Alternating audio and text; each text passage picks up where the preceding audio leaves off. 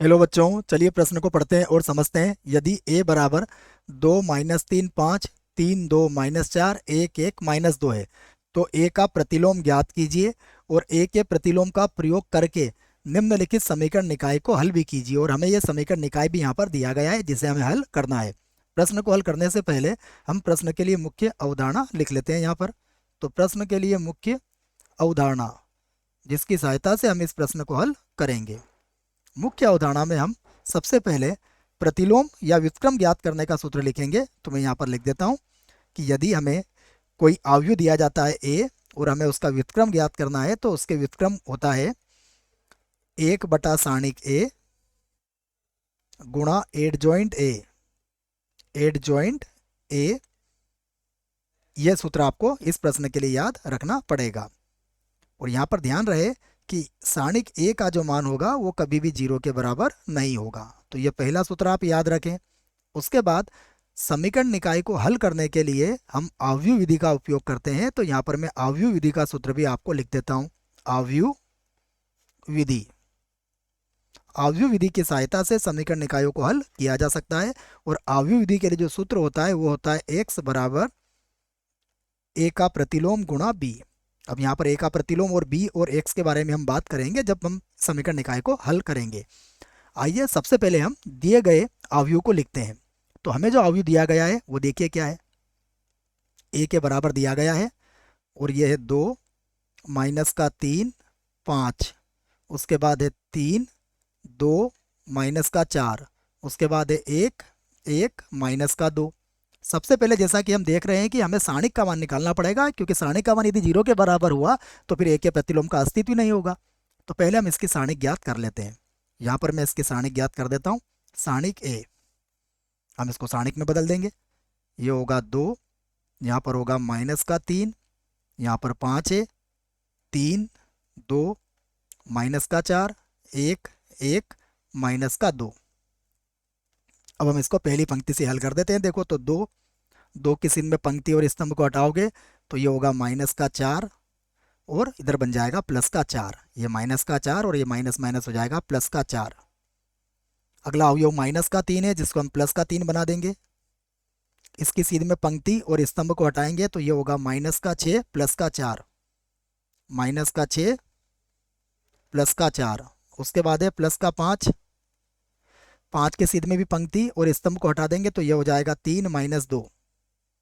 ये होगा 3 और ये हो जाएगा -2। बराबर देखिएगा, 4 से 4 घटा तो कितना आया 0।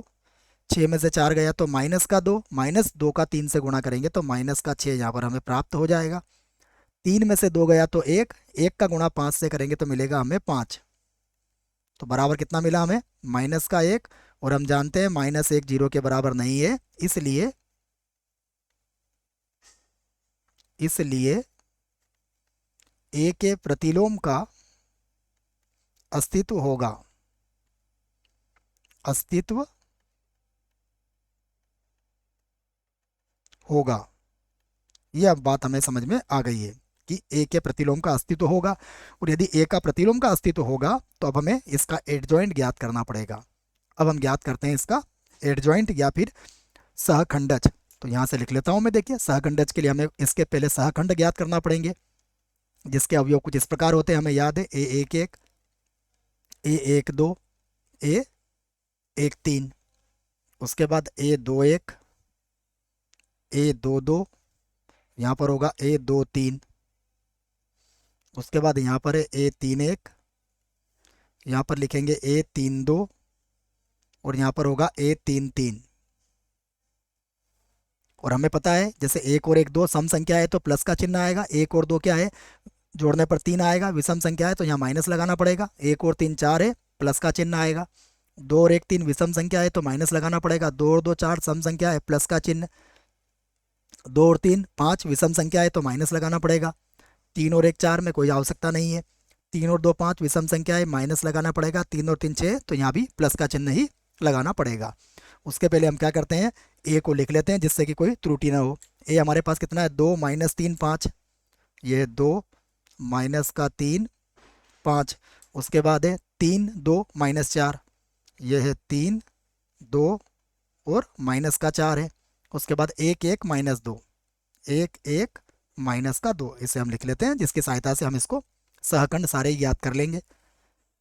एक एक की बात करें देखो, तो ये होगा माइनस का 4 और प्लस का 4 हो जाएगा, अर्थात ये तो जीरो के बराबर आ गया।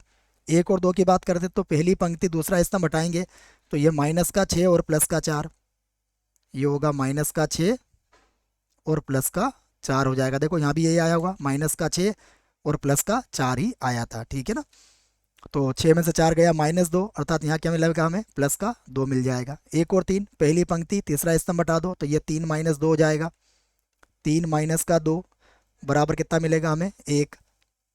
2 1 का अर्थ क्या हुआ, दूसरी पंक्ति और पहला स्तंभ हटा दो, तो ये होगा प्लस का 6 माइनस का 5, ये बनेगा प्लस का 6 माइनस का 5, हल करेंगे तो माइनस का 1 यहाँ पर आएगा। 2 2 की बात करते हैं, दूसरी पंक्ति और दूसरा स्तंभ, तो ये होगा माइनस का 4 और माइनस का 5, माइनस का 4 माइनस का 5 बराबर हो गया माइनस का 9। 2 3, दूसरी पंक्ति तीसरा स्तंभ, तो ये हो जाएगा 2 और ये हो जाएगा प्लस का 3, ये हो जाएगा 2 और प्लस का हो जाएगा 3, 3 और 2 5 हो गया, तो ये माइनस का 5 हो जाएगा यहाँ पर। 3 1 की बात करते हैं, तो तीसरी पंक्ति पहला स्तंभ, तो ये होगा प्लस का 12 माइनस का 10, प्लस का 12 माइनस का 10 घटाएंगे तो कितना मिलेगा हमें, 2। तीसरी पंक्ति दूसरा स्तंभ देखिए, ये होगा माइनस का 8 और ये हो जाएगा माइनस का 15, माइनस का 8 माइनस का 15, माइनस का 8 माइनस का 15, 15 और 8 कितना होता है, 23, तो ये प्लस का 23 हो जाएगा बच्चों।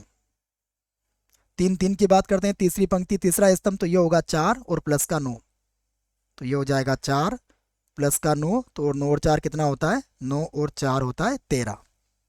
आइए आगे बढ़ते हैं। अब हम यहाँ पर एडजॉइंट ज्ञात कर लेते हैं बच्चों, इसको तो मिटा देते हैं, ये तो हमने केवल हल करने के लिए लिखा था। अब हम यहाँ पर एडजॉइंट लिखेंगे इसका, तो यहाँ से लिख देता हूँ मैं इसका एडजॉइंट ए, एडजॉइंट ए। अब एडजॉइंट ए क्या होगा, यहाँ पर लिख लेते हैं हम सारे सहखंड, ये होगा 0, उसके बाद है 2, उसके बाद है 1, उसके बाद -1, माइनस का 9, माइनस का 5, प्लस का 2, उसके बाद है 23 और 23 के बाद है प्लस का 13। और इसका क्या लेना पड़ेगा हमें, परिवर्त, सूत्र याद होना चाहिए, तो इसका परिवर्त लेंगे, तो परिवर्त होगा 0 2 1, पंक्ति स्तंभ बन जाएगा, माइनस का 1 माइनस का 9 और माइनस का 5, उसके बाद फिर से आएगा 2, उसके बाद होगा 23 और 23 के बाद होगा 13, ये हमारे पास मिल गया, एडजॉइंट आ गया। अब एडजॉइंट आया तो हमें यहाँ पर क्या याद करना पड़ेगा, ए का प्रतिलोम, तो ए के प्रतिलोम का सूत्र भी हमें याद है, उसे भी मैं लिख देता हूँ। तो हम जानते हैं ए का जो प्रतिलोम होता है वो किसके बराबर होता है, 1 सारणी के गुणा एडजॉइंट ए के बराबर होगा। तो यहाँ पर देखिए 1 ए का मान कितना आया था, देख लेते हैं। ए का मान है हमारे पास -1 और एडजॉइंट कितना आया, 0 -1 2, उसके बाद 2 माइनस का 9, उसके बाद है 23, फिर 1 माइनस का 5 और यहाँ पर है 13। अब ये माइनस जो होगा इसके सभी चिन्हों को बदल देगा, तो चिन्हों को बदल दीजिए, ये होगा 0, ये प्लस का 1 हो जाएगा, ये माइनस का 2 हो जाएगा, यहाँ भी माइनस का 2 होगा, ये प्लस का 9 हो जाएगा, ये माइनस का 23 हो जाएगा, उसके बाद ये माइनस का 1 होगा, प्लस का 5 हो जाएगा और माइनस के 13 हो जाएगा। तो ये हमारा ए इनवर्स आ गया है, अर्थात इस प्रश्न का एक उत्तर हमने यहाँ पर प्राप्त कर लिया है।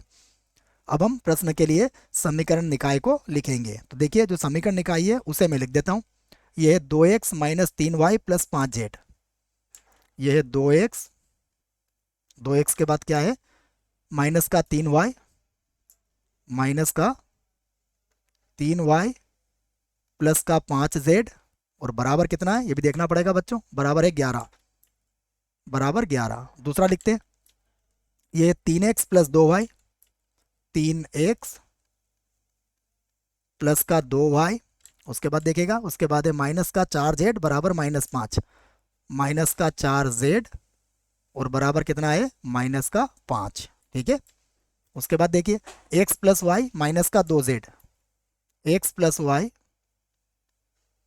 माइनस का 2z और बराबर कितना है, इसको भी देख लेते हैं, बराबर है -3, बराबर है -3। ये हमें समीकरण निकाय दिया गया है। अब यहाँ से देखिए, अगर ध्यान से देखेंगे तो इसमें जो एक्स वाई जेड के गुणांक होंगे उससे जो अवयव मिलेगा वो ए के बराबर ही होगा बच्चों, तो हम इसको ए के बराबर लिख सकते हैं। तो यहाँ पर देखिए जो अवयव ए होगा वो जो दिया गया अवयव है वही है, 2 माइनस का 3 प्लस का 5, उसके बाद 3, 2 माइनस का 4, उसके बाद 1 1 माइनस का 2। ठीक है, इसका मिलान कर सकते हो आप ए से। देखो 2 माइनस 3 5, यह आ गया 2 माइनस 3 5, 3 2 माइनस 4, 3 2 माइनस 4 और 1 1 माइनस 2, ये रहा 1 1 माइनस 2। अर्थात यहाँ से जो हमें अवयव मिला है वो प्रश्न में दिए गए अवयव के बराबर ही है। उसके बाद बी की बात करते हैं तो बी क्या होता है, इसमें अचर पदों जो होते हैं उसका अवयव, तो ये होगा 11 माइनस का 5 और माइनस का 3 है ना, इसको भी देख लेते हैं, यही है 11 माइनस का 5 माइनस का 3 है बच्चों। उसके बाद यहाँ पर x की बात करेंगे तो x जो होता है वो चर होते हैं, चरों का अवयव होता है, तो x y और यहाँ लिख दिया मैंने z। अब अवयव विधि से हम जानते हैं, यहाँ पर लिख देता हूं मैं, अवयव विधि से, अवयव विधि से, अवयव विधि से देखिए सूत्र क्या बनेगा, x जो होगा वो किसके बराबर होगा, ये बराबर होगा a का प्रतिलोम और गुणा b के बराबर हो जाएगा।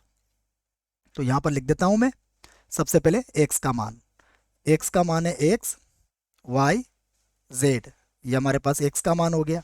उसके बाद देखिए a का जो प्रतिलोम है उसको भी मैं यहाँ पर लिख देता हूँ, a का प्रतिलोम, a का प्रतिलोम कितना आया 0 1 माइनस 2, ये है 0 1 माइनस का 2। उसके बाद देखिए ये है माइनस का 2 9 माइनस का 23, माइनस का 2, उसके बाद 9 और माइनस का 23।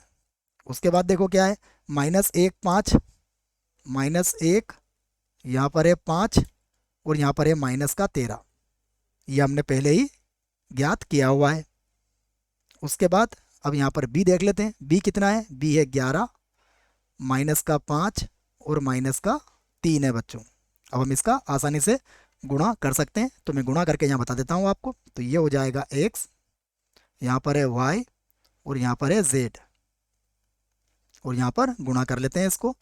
तो 0 को 11 से गुणा करेंगे तो 0 आएगा, 1 को -5 से करेंगे तो माइनस का 5 आएगा, -3 को -2 से करोगे तो प्लस का 6 आ जाएगा, फिर -2 को 11 से गुणा करोगे तो माइनस का 22 हो जाएगा, 9 को 5 से गुणा करोगे तो माइनस का 45 हो जाएगा ये, और 23 को 3 से करोगे बच्चों तो ये माइनस माइनस हो जाएगा प्लस, तो ये हो जाएगा 9 6 6 9 हो जाएगा ये ना, 69 जिसको हम कहेंगे।